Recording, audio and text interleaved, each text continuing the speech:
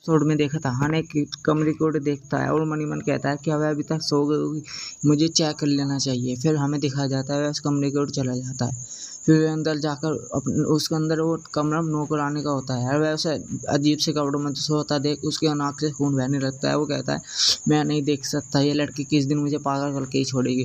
फिर वह हंसते हुए कहता है कि रुजुयान भी ऐसे सोती होगी, मुझे चेक कर लेना चाहिए।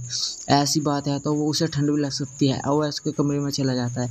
हमें दिखाया जाता है कि रुजुयान किताब कमरा ना है कुछ हो रही है, अजीब सी किताब पढ़ रही होती है। फिर वह उसे देखते हुए कहता है वो ये तो मिलिट्री कैरेक्टर्स किताब है। फिर वह कहता है लेकिन उसके इंप्रेशंस बहुत ज़्यादा अजीब है। हमें दिखाया जाता है जान एक किताब को बड़ी ध्यान से पढ़ रही होती है। फिर वो कहता है ये तो कुछ और है। फिर वो कहता है प्रेम का भी यानी प्यार से संबंधित किताब। फिर वो कहता है कि रुजुयान को ऐसी किताबें पढ़नी पसंद होगी, लव स्टोरी वाली। फिर वह अजीब सा मुँह बनाते हुए कहता है इस दुनिया में सबसे खूबसूरत चीज़ तो यही है, इस मेरी वाइफ पर लाइक अ फिगर। फिर वो कहता है कि ऐसे ऐसे किताबें पढ़ना पसंद होगी। फिर उससे कहता है सच में बहुत ज़्यादा मासूम है। फिर अचानक ही यान किताब बंद कर देती है। वह कहता है मैंने तो अभी से सही से देखा भी नहीं और इसने अभी से ही बंद कर डाला। फिर वहाँ से जाने लगती है। वो कहता है लगभग सुबह होने वाली है। फिर वो कहता है मेरी वाइफ का परफेक्ट बॉडी में आ रहा हूँ। वह कहता है अब तो मैं बिल्कुल ठीक सामने से ही देखूंगा। और उस पर हमारा जैसे ही उसके पास जाने लगता है उसकी स्पिरिट पावर ख़त्म ही हो जाती है। फिर हमें दिखाया जाता है उसकी आँख रूम में खोलते हैं और उसकी आँख के सामने जियांग खड़ी रहती है और चिल्लाते हुए कहती है यंग मास्टर फाइनली आप उठे गए। वह उसके देख कहता है तुम यहाँ क्या कर रही हो। फिर मनी मन कहता है डैम मैं लगभग पहुँच ही गया था। फिर उनकी नौकरानी है जिसका नाम जियांग है, वो कहते हैं यंग मास्टर क्या मुझसे कोई गलती हुई है या मैंने कुछ गलत किया है।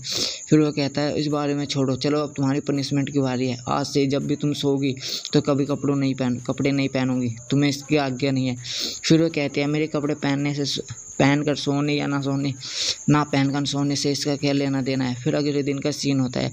जैसे ही हान दरवाज़ा खोलता है उसके सामने यान खड़ी होती है। वह उससे पूछता है रुजुयान। फिर वो कहते हैं चलो हमें रुजुयान वो जियांग फैमिली जाना है। फिर वो अजीब सा मुँह बनाते हुए कहता है जियांग फैमिली।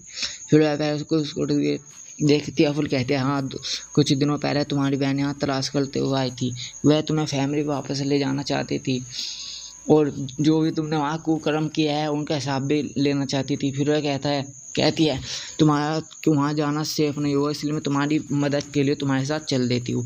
फिर वो कहता है बड़ी सिस्टर। फिर हमें थोड़ा सा पास्ट का सीन दिखाया जाता है। कुछ बच्चे उसे पीट रहे हो गए, उन्हीं में से कहता है ये बच्चा देखो कितना कमज़ोर है। दूसरा कह रहा है देखो बच्चा रो रहा है। हमें दिखाया जाता है उसकी बहन पीछे से आती है और कहती है बेवकूफ़ो। फिर एक वहाँ से सारे बच्चे भागने लगते हैं। एक बच्चा कहता है भागो भागो, दूसरा कहता है जियांग की बहन आ गई भागो यहाँ से। तीसरा कहता है अगर जो तुम हमेशा ऐसे ही उगल रही तो तुम देखना तुम्हारी शादी नहीं होगी, तुम कुंवारी ही मर जाओगे। फिर वो कहता है बिग सिस्टर क्या आपको चोट तो नहीं लगी। वो कहती है ये मेरे लिए कोई बड़ी बात नहीं है, मैं ठीक हूँ। फिर वो कहती है हमेशा याद रखना मेरे सिवा तुम्हें कोई नहीं छू सकता, और उसके मुंह पर लपाटा मारते हैं खिंचाकर। फिर वो रोते हुए कहता है बिग सिस्टर लेकिन आपने तो मुझे दूसरों से भी ज़्यादा तेज मारा।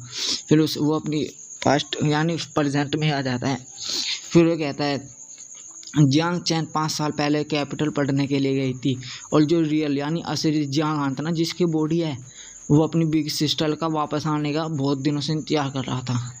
फिर हमें दिखाया जाता है दोनों गाड़ी में जा रहे होते हैं तो यान कहती है पिछले 2 दिन पहले की खबर है कि जियांग वान सिटी ने टियान सिटी के मेट्रो के लिए अपने बंदे भेजे हैं, इसलिए उनके पास इतना टाइम नहीं है कि वे हमारी सिटी यानी पाओजाओ सिटी पर फोकस कर सके। तो हान वापस रिप्लाई देते हुए कहता है ये तो एक अच्छी बात है कि रॉयल कोर्ट और टाउन आपस में मिल इधर उधर टाइम वेस्ट कर रहे हैं और ये हमारे लिए अच्छा मौका हो सकता है कि हम अपने 2 सबसे ख़तरनाक दुश्मन, एक जांग फैमिली जांग वो घटे कपल वाले और एक लिन फैमिली, हमें उनसे छुटकारा पा लेना चाहिए। तो उसको यान भी सीरियस होते हुए कहते हैं तुम बिल्कुल सही कह रहे हो, जब से वो इस इंसिडेंट हुआ है ना तो जांग फैमिली बहुत ही विनमल हो गई है और मुझे नहीं लगता कि उन्हें अभी पता है कि जांग रॉन को किसने मारा।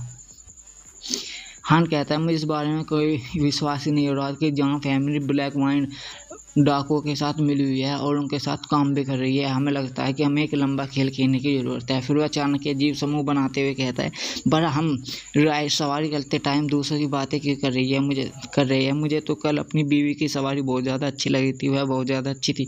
वो कहते हैं चुप हो जाओ। फिर हमें इस जगह का सीन दिखाया जाता है।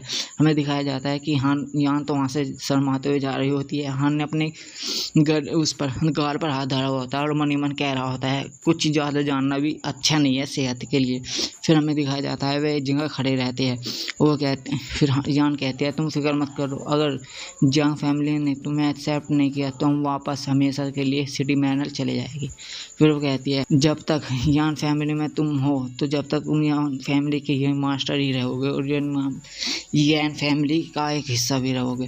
फिर उसे कहता है थैंक यू। फिर वे अंदर चले जाते हैं। उन्हें कुछ आदमी देखते हैं। उनमें से एक कहता है, देखो देखो वो जवान कितनी हिम्मत की, वो अपनी भुंडी स्किल दिखाने के लिए आ गया। तो दूसरा बंदा कहता है, शायद तुम्हारी नज़र और याददाश्त कमज़ोर है, तुम्हें नहीं पता शायद कि वो सिटी रोड का सनीलो है। फिर दूसरा बंदा कहता है, क्या सच में उसकी किस्मत इतनी अच्छी है कि वो उसकी सबसे खूबसूरत लड़की का हस्बैंड है। तीसरा कहता है, वह फाइनली वापस आ चुका है, जब से यहाँ से गया था वो हेड बीमार थे।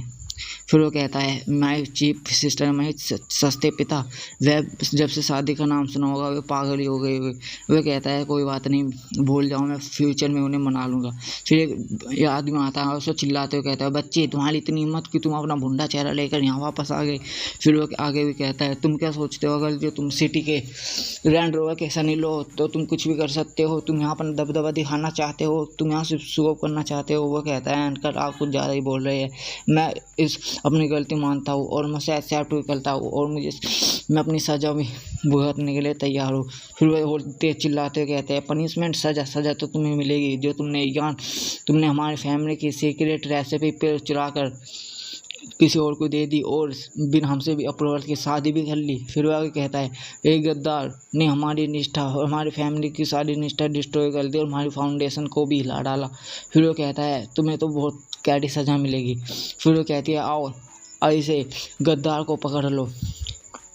फिर वो मनी मन कहता है कि वही आदमी आगा ना जो कुछ सोचता है। फिर वो आगे कहता है कि जहाँ फैमिली के रूल्स के हिसाब से पहले तो इसका कल्टीवेशन लेवल तोड़ दो, फिर इसकी टांगें तोड़ दो, फिर इसे काला पानी की जेल में फेंक डालो और जो कभी भी सूरज ना देख पाए। तो वो कहता है, अंकल मुझे लगता है कि पहले से ही प्रीपेड है, मन में सोचते हुए।